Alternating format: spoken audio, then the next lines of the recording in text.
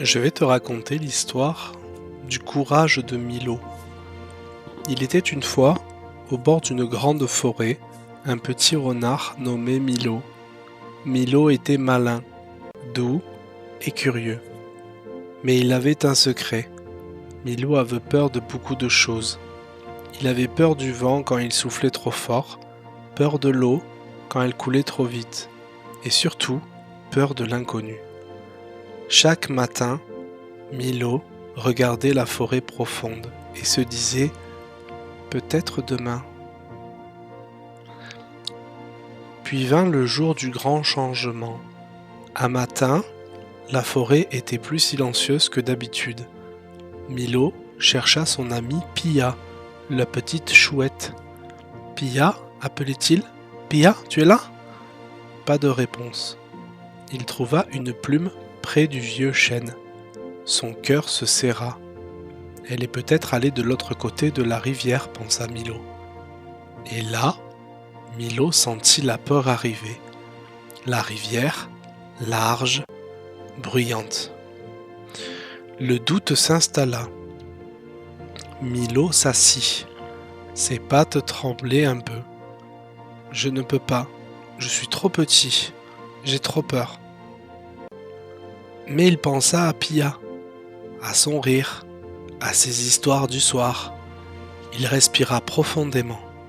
Le courage, se dit-il, c'est de ne pas avoir peur. C'est avancer malgré la peur. Et vint la traversée. Milo s'approcha de la rivière. L'eau brillait. Le courant faisait du bruit. Son cœur battait assez vite. Il posa une patte sur une pierre, puis une autre. La pierre glissa un peu. Milo vacilla, mais ne tomba pas. « Je continue, » murmurait-il.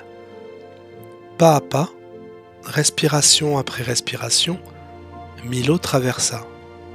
Quand il arriva de l'autre côté, il s'arrêta. Il sourit. Il l'avait fait.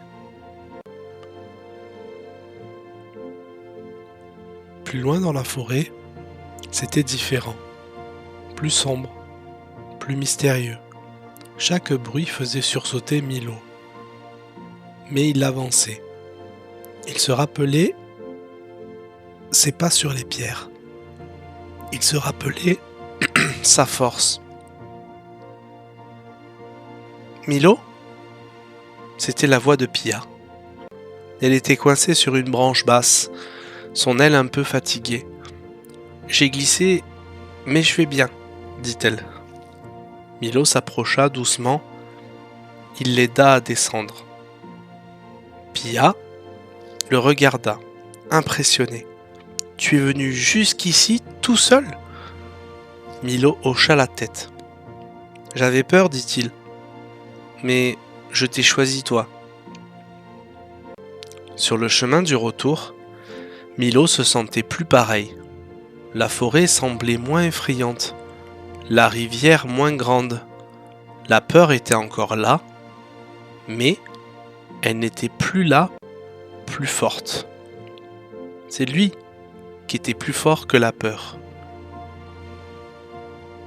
Le courage n'est pas l'absence de peur, c'est faire un pas quand même, puis un autre, et découvrir qu'on est plus fort qu'on ne le pensait.